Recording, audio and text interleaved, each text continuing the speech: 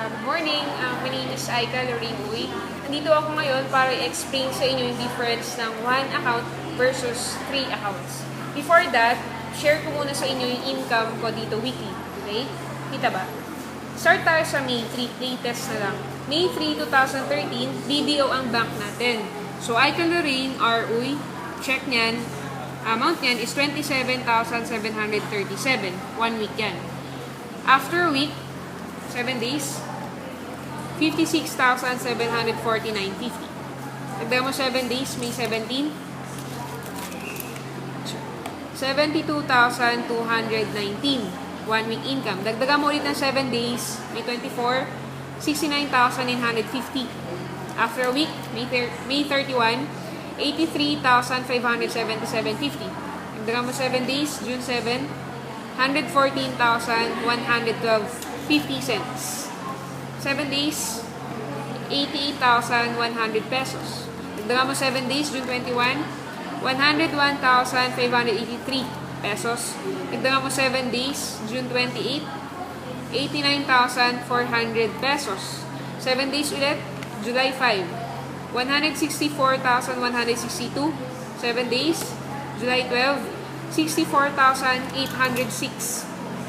Dagdagan mo ulit ng 1 week, July 19, 2013, 46,170. 7 days, July 26, 34,502.50 cents. After a week, August 2, 2013, 54,625.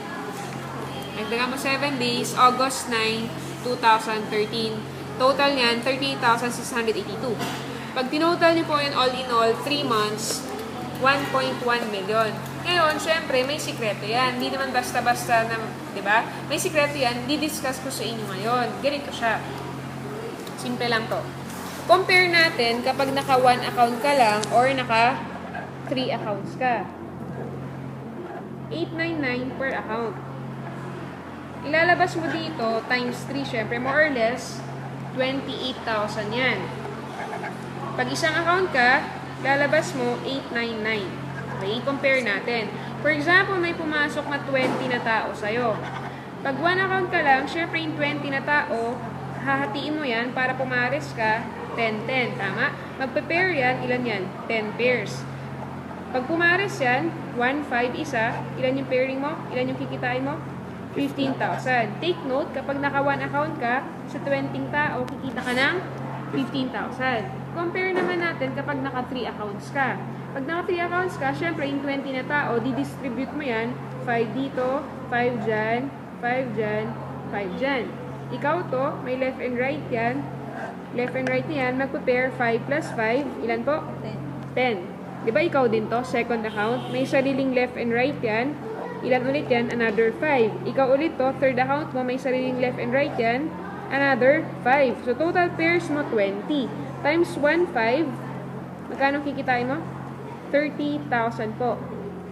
Take note, kapag naka 3 accounts ka, sa 20 tao, kikita ka ng 30. Kapag naka 1 account ka lang, magkano nawala sa'yo? 15,000. Kalahati siya. Naka 20 tao lang yan. Ito, hindi mo siya direct referral. Group yan. 20 tao lang yan. Do you think hanggang 20 ka lang ba? Syempre hindi. Paano kung naging 40 na tao na yan? Magiging 60,000 na to.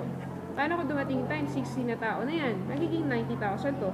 Habang tumatagal, habang dumadami yung tao, yung nawawala sa'yo, lumalaki rin. Yes, lalaki yung investment mo, pero in the long run, mas malaki yung bawi kasi long term ang pinag-uusapan dito. Ganun siya kasi. Thank you. Yun lang.